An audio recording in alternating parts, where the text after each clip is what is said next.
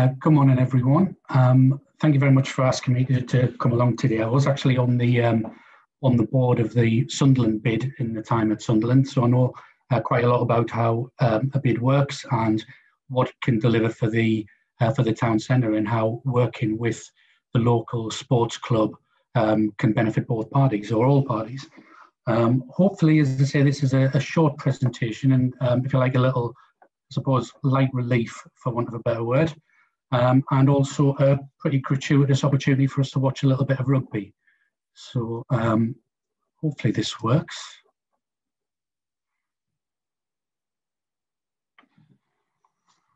And hopefully you guys can see my screen.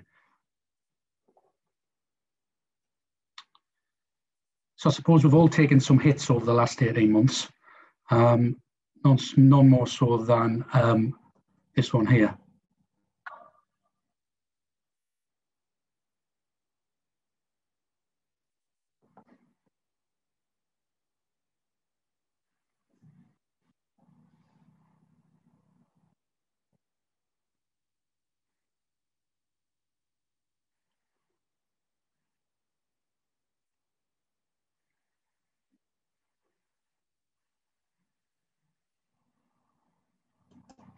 And even though everyone's on mute, I can almost hear the oofs from around Northamptonshire there as Courtney Laws.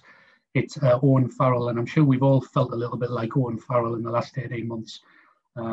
Forecasting has been impossible.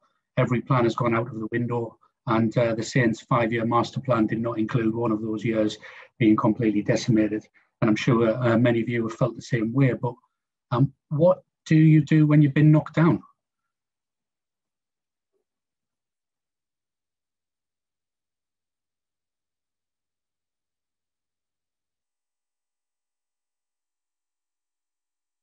Get back up and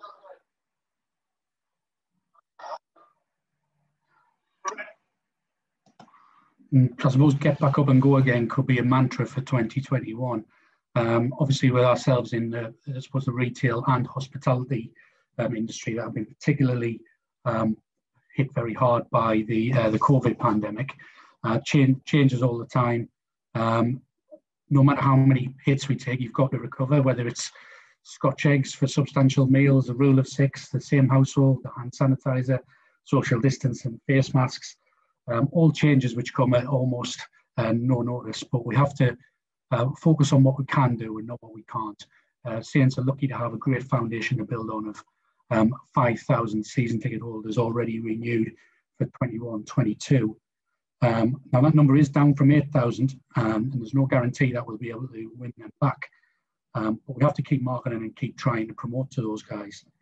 We had made plans for once we returned to rugby for 1,000 fans, 4,000 fans, 8,000, 15,000, and then lo and behold, when the changes come with 2 weeks' notice, the number is actually 2,000. So we've all taken the odd hospital pass from sort of, if you like, from government and circumstances in the past sort of 18 months or so.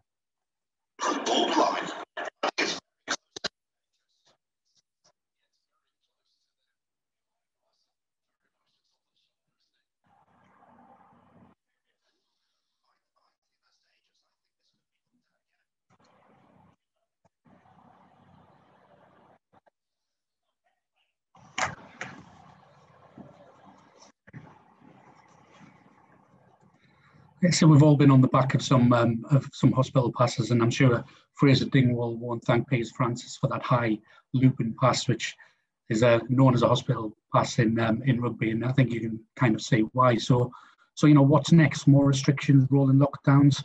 Business has always had changes to deal with, whether it's a tsunami or 9/11 or ash clouds, but nothing quite like the last 12 to 18 months.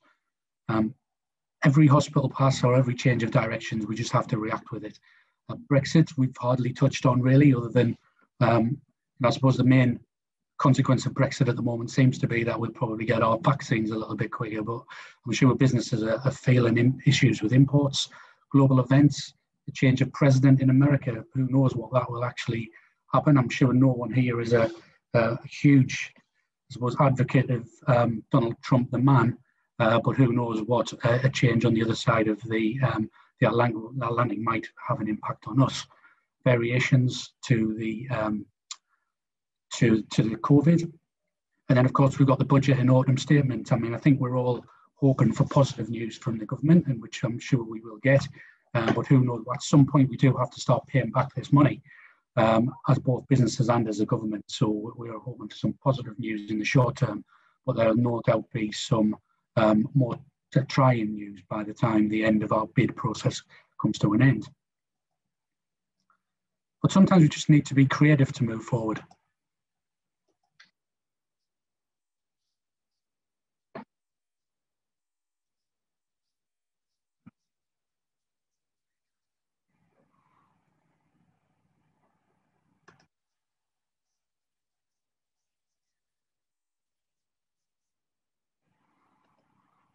There's more than one way to skin a cat, as it were, and in this case, a sneaky kind of kick over the top for Piers Francis to run on to resulted in the try. And we've done our best to come up with new ideas. With as Andrew Lewer mentioned before about the cultural quarter, you know, we've hosted pantomimes and theatre at the gardens in the drive-in style, and working going forward.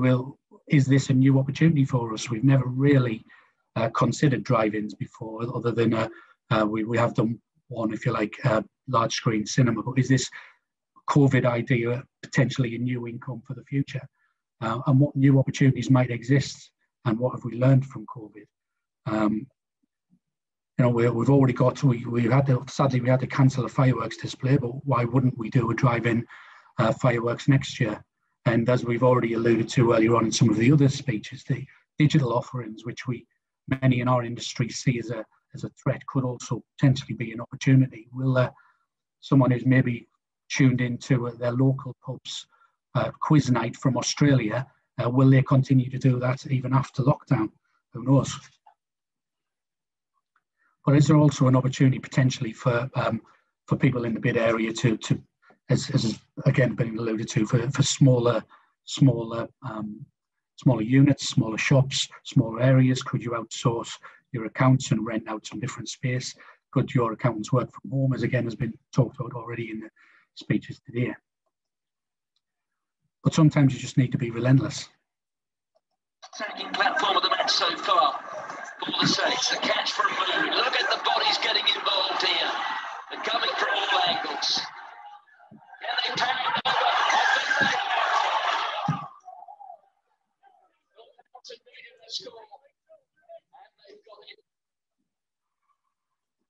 Yeah, that try comes across by just sheer force of will, if you like, keeping pushing, keeping trying. You know, good ideas that may have been hit or gone on the back burner in the past, bringing those back to the fore, keep doing the right things. Again, we're lucky in respect that a lot of the credits that we've given our customers for events that we couldn't deliver, our fans have been kind enough to leave that money with us, if you like. So there's a great opportunity for us there to re-engage with those customers. I'm sure many of the people on the call today will have done something similar. But we do have to win those people back by, if you like, instilling our vision and talking about what we are as a club. To gather that in, commanding stuff from the back. Here's Tuala, Hutchinson on the outside. The inside is Bigger stepping on the gas, and another high quality score, this time from Northampton, this time from Mitchell. And that's another amazing try from Alex Mitchell, came from a break from the back, led by our star player, if you like, Dan Bigger. But that opportunity to lift up your head and see the opportunity and then go for the gap.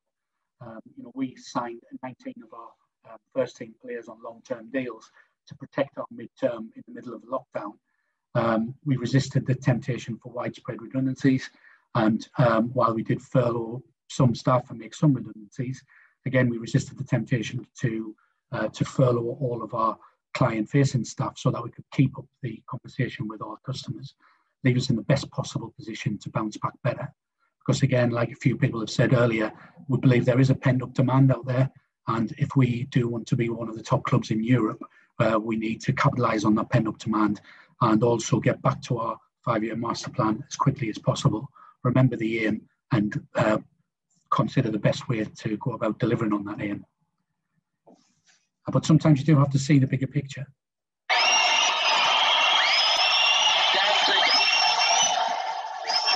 To deliver 5 points, and he has done it in grand style.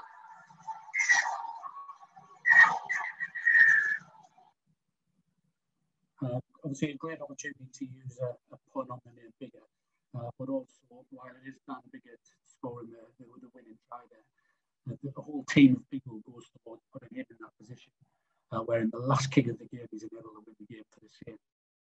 And that is contract extended also with our coaching staff. And the coaching staff, as well as the players, can hopefully bring us success on the pitch. But off the pitch, we've also got a commitment to bringing concerts to Northampton. We've already penciled in our first one for the summer, which we very much hope will go ahead. We've got a number of local partners, some of which are new, Barclaycard and Warners, but also some of the bigger companies in Northampton, the likes of Travis Perkins, Carlsberg, obviously our ongoing relationship with the university and obviously churches as well. But if we can deliver a new partner from some big local companies, that could be transformational for Saints and really give us the extra finances we need to move the club forward. But we do understand our position, if you like, as a force for good. Our community scheme and foundation will continue to deliver the activities that they deliver all around the county, and we are about to launch a loyalty scheme, which will enable local companies to engage with Saints and our fan base, and, if you like, drive our fans through your stores and your organisations. So what does 2021 to 2026 hold for Saints? It's been turned over by Northampton, and Northampton will try something, or perhaps they will create something. Collins, it's a chase, and Reed's got first run, but also look there at Mitchell, and Mitchell with the offload, and the try goes to Tom Collins.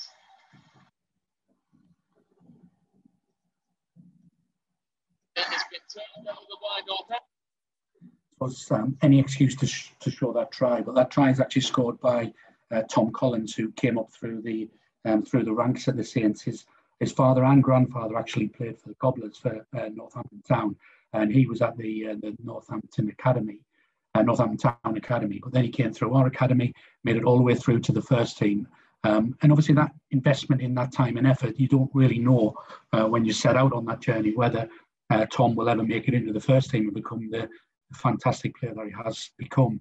But our commitment to the academy and bringing talent through the ranks, over 60% of our first team have come via the academy.